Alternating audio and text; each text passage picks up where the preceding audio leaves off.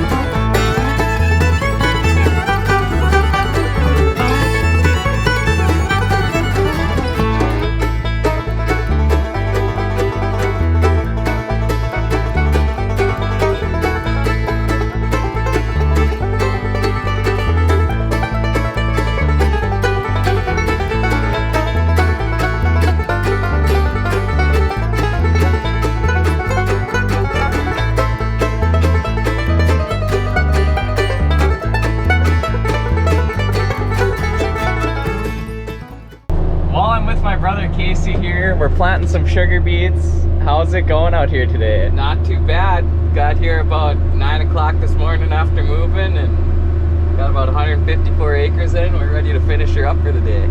Could use some moisture, but we're planting into moisture, so we're making it work. So what's the monitor over there show ya? Well, we're showing about 62.6 for a population, about 4.5 to 4.6 for the spacing.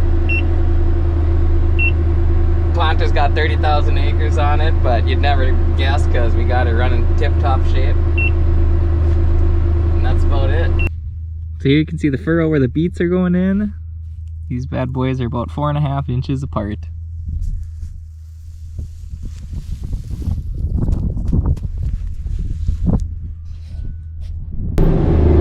Well, so when you cook like a soup can on like the magnums, where do you put that? Just oh yeah, if you go on the front left, there's just where the frame is and next to the engine. You kind of got to make sure it's hot because there's a time I put it there and it wasn't a hot spot. There's a spot where it just sits on the left side and it just kind of rests on the engine and the frame. You can only leave it there for like probably 3 to 4 hours tops because they'll explode. Oh really? And it'll get so hot. During beet harvest, I left it there for like 30 hours and it was piping hot and I ate it and it was fine. Well, I just left the yard with the harrow packer. We just self-rooted a field and I'm gonna go harrow pack it. We just put some drain tile in on this piece of ground last fall. So yeah, it's basically standard harrow slash drag, whatever you call it, followed by a set of coil packers. And I remember last year I dragged this puppy through a wet hole and the whole thing was gummed up and we had to get the crowbars out and it wasn't great. Well, we're cooking. Oh, and this thing is 60 feet wide, so you can cover some acres with it. Do a little loop-de-loop, and don't swing the harrow into the trees. But as far as jobs on the farm go, this is a pretty easy one. There's not a whole lot you have to do. If something looks fishy, check it out. Yeah. He's rolling just a few feet ahead. Oh, nope, I think Beet Farmin Mitch just passed him. Well, we got a close one here, folks. Stay tuned.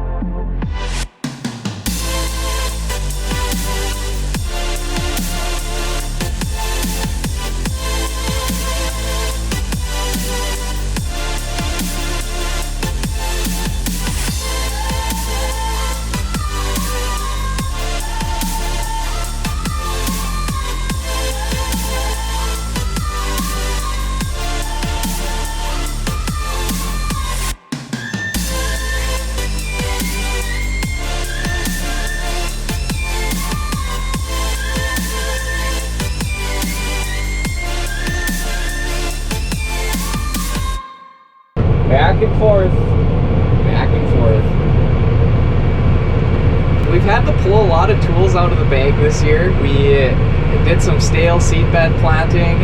We've been just harrow packing and planting. We've also had some that we've ran a multi-weeder and then harrow packed and plant. So we kind of got a little bit of everything going on this year. So it's an interesting year. It's kind of a drier spring. So we'll see how things shake out.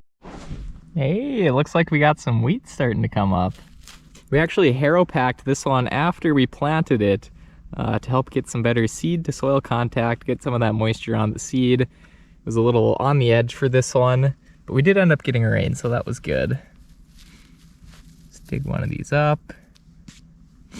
You know, there's just something great about when plants start to grow. You can see the wheat seed there with its first couple of roots and first leaf poking out. There you go. Plug him back in. Ooh, my dad replenished the shop snacks. Okay, sit. Duck, sit. Sit. Oh, good boy. There you go. Good old pork steak.